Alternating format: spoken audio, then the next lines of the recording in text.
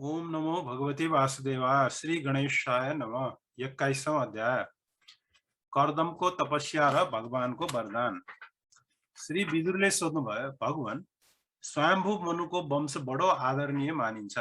यसमा मैथुन धर्मद्वारा प्रजाको वृद्धि भएको थियो। अब तपाईँ मलाई यसको कथा सुनाउनुहोस्। ब्रह्मन, स्वयंभू मनुका छोराहरू प्रियव्रत र उत्तानपादले सातै द्वीप पृथ्वीलाई धर्मपूर्वक पालन गरेका थिए र उनकी छोरी देवहूतिको कर्दम प्रजापतिसँग विवाह भएको थियो भनेर तपाईँले भन्नुभएको थियो।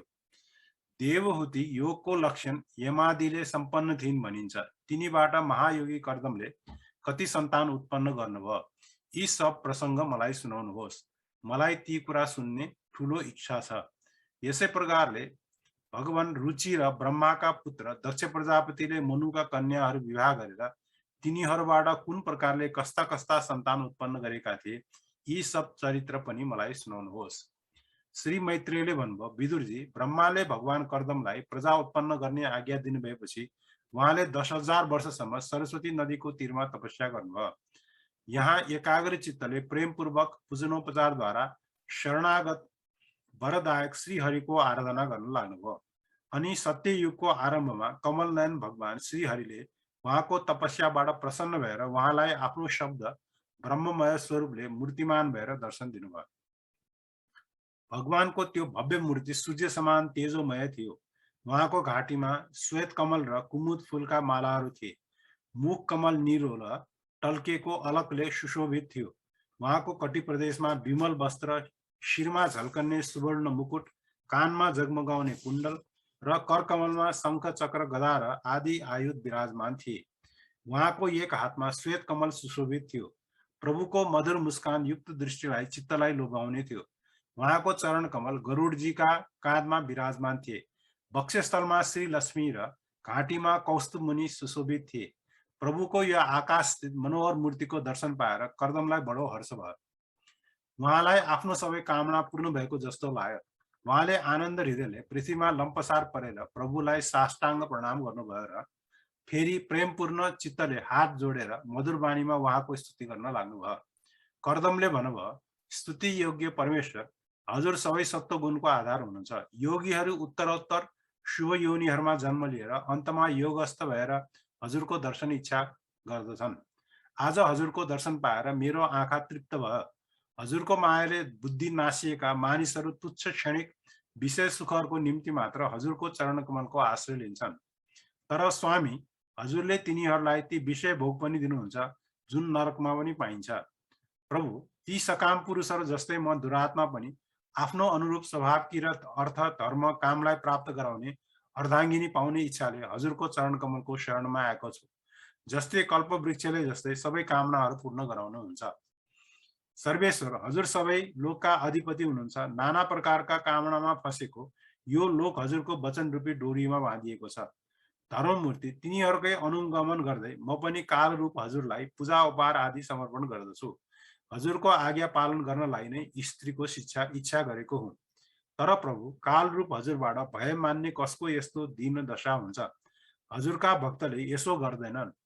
उनीहरू त विषयासक्त मानिसहरू र तिनीहरूको मार्गको अनुसरण गर्ने म जस्तो कर्मजड पशुहरूलाई केही नगरेर हजुरको चरणको छत्रछायाको आश्रय लिन्छन्। आपसमा हजुरको गुणगान रूप मादक सुधा पान गरेर आफ्नो भोग प्यास आदि देह धर्महरूलाई शान्त गर्दै रहन्छन्। प्रभु, यो कालचक्र बडो प्रबल छ।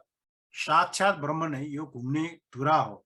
अधिक मास सहित 13 महिना अरा हुन्, 360 दिन जोर्नी हुन्, 6 ऋतुहरू घेरा हुन्, अनन्त क्षण पलहरू यसका पत्राकार धाराहरू हुन् र 3 चतुर्मास यसको आधारभूत नाभि हो।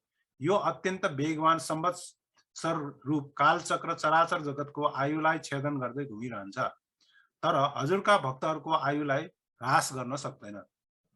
भगवान, जुन प्रकार माकुरीले आफै जाललाई फैलाउँछ, रक्षा गर्दछ र अन्तमा निल्दछ, यसै प्रकारले हजुर एक्लैले जगतलाई रचना गर्न आफूबाट अभिन्न आफ्नो योग मायालाई स्वीकार गर्नु भएर त्यसबाट अभिव्यक्त भएका आफ्ना सत्वादी शक्तिहरूद्वारा आफैले यो जगतको रचना, पालन र संहार गर्नुहुन्छ। प्रभु, हजुरले हामी भक्तहरूलाई जुन शब्दादि विशेष सुख दिनुहुन्छ, ती महामय हुनाले हजुरलाई इष्ट छैनन् तापनि परिणाममा हाम्रो शुभ गर्नलाई नै ती विशेष सुख हामीलाई प्राप्त होस् जसबाट हामी देव ऋषि र पितृ ऋणबाट उरिन भएर मोक्षको अधिकारी बन्न सकौं। यस बखत हजुरले मलाई आफ्नो तुलसी माला मण्डित मायाबाट परिचिन्न देखिने सगुण मूर्ति सहित दर्शन दिनुभएको छ। यसैले मलाई भोग र मोक्ष दुवै प्राप्त होस्। नाथ, म हजुरको वन्दनीय चरण कमलको बारम्बार वन्दना गर्दछु। यो स्वरूप निष्क्रिय भए पनि मायाद्वारा सारा संसारको व्यवहार चलाउने हुन्छ र अलिकति उपासना गर्नेहरूमाथि पनि समस्त कामनाहरू वर्षाउँदै रहन्छ। श्री मैत्रेय मुनि भन्नुहुन्छ, भगवानका भौहरू प्रणय मुस्कान रूपी दृष्टिले चञ्चल भइरहेका थिए। उहाँ गरुडजीको काँधमा विराजमान हुनुहुन्थ्यो। कर्दमले यस प्रकार निष्कपट भावले उहाँको स्तुति गर्नुभएपछि भगवानले उहाँलाई आफ्नो अमृतमय वाणीद्वारा आज्ञा भयो।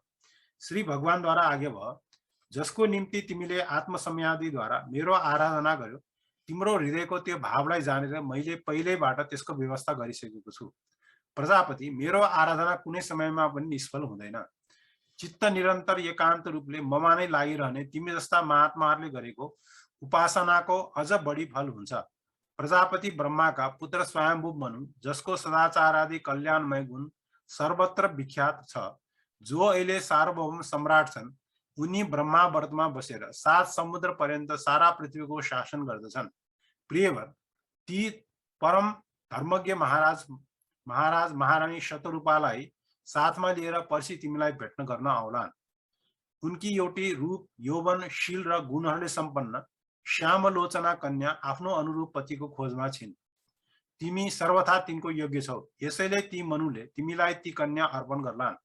ब्रह्मन, विगत अनेकौं वर्षदेखि तिम्रो चित्त जसरी स्त्रीको निम्ति समाहित रहेको छ, अब चाँडै नै ती राजकन्या तिम्रो त्यस्ती पत्नी भएर यथेष्ट सेवा गर्ने होलिन्।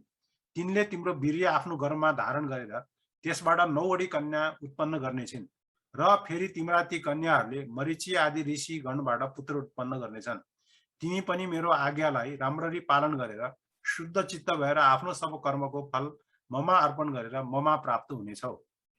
जीवहरूमाथि दया गरेर तिमीले आत्मज्ञान प्राप्त गरौला र सबैलाई अभयदान दिएर आफूसहित सम्पूर्ण जगतलाई ममा र मलाई आफूमा देख्नेछौ। महामुनि, म पनि आफ्नो अंशकला रूपले तिम्रो वीर्यद्वारा तिम्री पत्नी देवहूतिको गर्भमा अवतीर्ण भएर सांख्य शास्त्रको रचना गरौँला। श्री मैत्रेय भन्नुहुन्छ, विदुरजी, कर्दम ऋषिसँग यस प्रकार सम्भाषण गर्नु भएर इन्द्रियहरू अन्तर्मुख भएपछि प्रकट हुने श्री हरि सरस्वती नदीले घेरिएको बिन्दुसर तीर्थबाट आफ्नो लोकमा फर्कनु भयो। भगवान सिद्ध मार्ग अर्थात् वैकुण्ठ मार्गलाई सबै सिद्धेश्वरले प्रशंसा गर्दछन्। कर्दमले हेर्दा हेर्दै उहाँ आफ्नो लोकमा फर्कनु भयो। त्यस बखत गरुडको बृहत र रथन्तर नामक पखेटाहरूबाट जुन साँझको आधारभूत ऋचाहरू निस्किरहेका थिए, त्यसलाई सुन्दै उहाँ आफ्नो धाममा जानुहुन्थ्यो। वीरवर विदुरजी, श्रीहरि वैकुण्ठ सवारी भएपछि भगवान कर्दम उहाँले भन्नुभएको समयको प्रतीक्षामा बिन्दु सरोवरमा बसिरहनु भयो। यता मनु पनि महारानी शतरूपा सहित सुवर्ण जडित रथमा चढेर तथा त्यसमा आफ्नी कन्यालाई पनि राखेर पृथ्वीमा घुम्दै भगवानले भन्नुभएकै दिनमा शान्तिपरायण महर्षि कर्दमको आश्रममा पुग्नुभयो। सरस्वती नदीले घेरिएको यो बिन्दु सरोवर त्यही ठाउँ हो जहाँ आफ्नो शरणागत भक्त कर्दमप्रति दयाद्र हुनु भएर भगवानको नेत्रबाट आँसुको थोपा खसेको थियो। यो तीर्थ बडो पवित्र छ। यसको जल आरोग्यप्रद र अमृत समान मधुर छ। यहाँ महर्षिगण पनि सर्वदा बस्ने गर्छन्। त्यो ठाउँ सबैतिरबाट पवित्र वृक्षलताहरूले घेरिएको थियो, जसमा तरह तरहका बोली बोल्ने पवित्र पक्षी र मृग रहन्थे। सबै ऋतुमा फलफुलले ढाकिएका रुखहरूले पनि त्यसको शोभा बढाउँथे।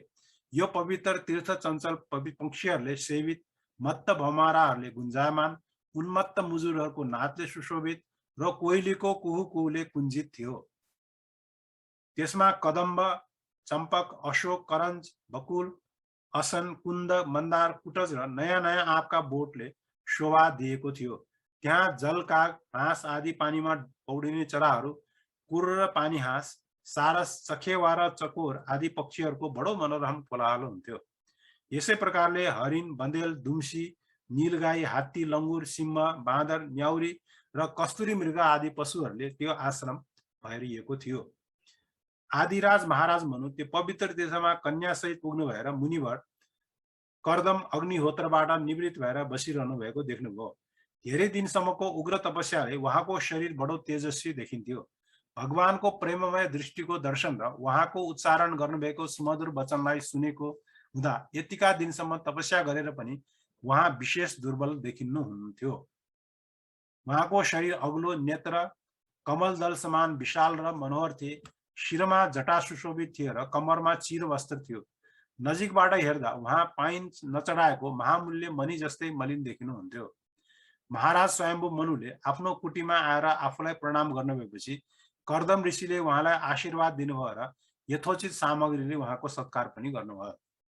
मनुजी उहाँको पूजा ग्रहण गरी स्वस्थ चित्तले आसनमा बस्नु भएपछि मुनिवर कर्दमले भगवानको आज्ञा स्मरण गर्नु भएर उहाँलाई मधुर वाणीले प्रसन्न पार्दै भन्नुभयो, देव, तपाईँ भगवानको पालन शक्ति रूप हुनुहुन्छ। यसैले तपाईको परिभ्रमण निस्सन्देह सज्जनहरूको रक्षा र दुष्टहरूको संहारको निम्ति नै हुन्छ। तपाईँ साक्षात विष्णु स्वरूप हुनुहुन्छ तथा बेग्ला बेग्लै कामको निम्ति सूर्य, चन्द्र, अग्नि, इन्द्र, वायु, यम र धर्म र वरुण आदि रूप धारण गर्नुहुन्छ। तपाईलाई नमस्कार छ।